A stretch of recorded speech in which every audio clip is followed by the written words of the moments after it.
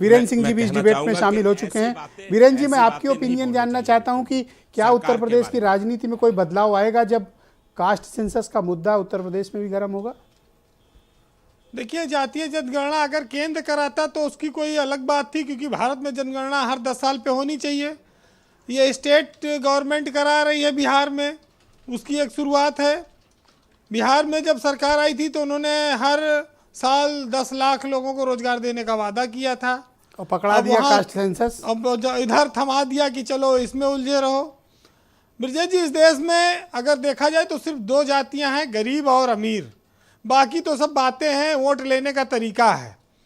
ये जरूर है कि गरीबी हर समाज में है और आरक्षण का लाभ ले रहे बहुत सारे जातियों में लोग बहुत मजबूत बन चुके हैं आज की तारीख में।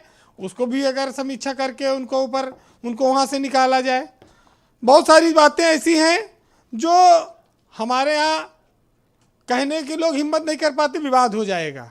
लेकिन बिहार ने कौन जात हो कैसे हो चल के अब आज एक शुरुआत कर दी है, तो अब इस पर चर्चा होगी। लेकिन बीजेपी अपने स्टेट में या अपने रहते इसकी संभावना कम है कि वो जातिगत कोई जनगणना कराएगी।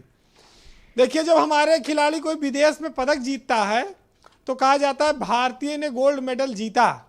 और जैसे इंडिया में आओ कहा कि यादव ने, ठाकुर ने, पंडित ने, फला ने गोल्ड मेडल जीता, देश के लिए बड़ा नाम रोशन किया। ब्राह्मण के बच्चे ने, ठाकुर के बच्चे ने, दलित के बच्चे ने। तो ये हमारे यहाँ तो हर चीज़ का जातीयकरण है, चाहे पदक हो, चाहे प्रतिभा हो, कुछ भी हो। लेकिन मंडल का मामला बहुत पुराना रहा है। जितने नेता बैठे हैं इस देश में, जो लोग हैं, अगर उनसे कहा जाए कि भाई मंत्री पद पर, मुख्यमंत्री पद पर और राष्ट्रपति प्रधानमंत्री पद पर रोटेशन से आरक्षण लागू होगा, तो आप लोग सहमत होंगे कि बारी बारी से आरक्षित समाज के प्रधानमंत्री, राष्ट्रपति, मुख्यमंत्री बने? इस पर भी ये लोग भाग खड़े होंगे, उसी दिन ये ख़त्म कर देंगे। अगर जातीय जनगणना की इतनी ज़रूरत है, ठीक है, लेकिन जब जिस देश में मल्टीनेशनल कंपनियां काम कर रही हों, प्राइवेट सेक्टर में उद्योग और रोजगार लोग तलाश रहे हों, वहाँ लागू कर दें। भाग जाएंगी सारी कंपनियां देश छोड़कर, फिर लो बजाते रहना जात की डफली अपनी अपनी। बड़ी सारी चीज़ें ऐसी हैं जो बताती हैं कि हमको इस जाल से बाहर निकलना चाहिए, लेकिन हमारे यहाँ कोई निकलने को तैयार नहीं रहता है।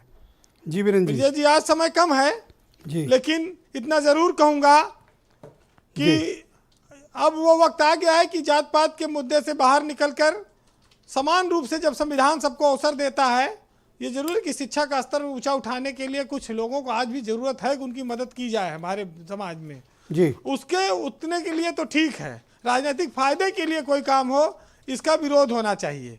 बहरहाल इस देश में, इस दुनिया में अच्छा है कि जो हवाएं चलती हैं इनका कोई मजहब नहीं है, वरना लोग सांसों का भी अलग अलग मजहब तय कर लेते और कितने लोगों को दम घुट जाता अगर सवर्ण दलित के लिए हवा बंद कर देता तो, या जो ताकतवर होता वो कमज़ोर के लिए बंद कर देता जी।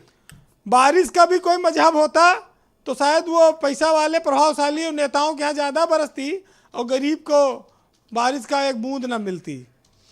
तो कितने परिंदे जो ऐसे हैं वो घोंसले भी अपने मजहब के पेड़ों पर बनाते और कितना भेदभाव हमारे समाज में दिखता जी। तो ब्रजेश जी, सरहदों नहीं है सरहदों तो छाया हुआ है वो, और बटा होता तो आसमां भी जमीन पर बिखर गया होता।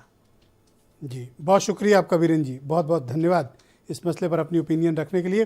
केशव देव मौर्य जी कुछ कहना चाहते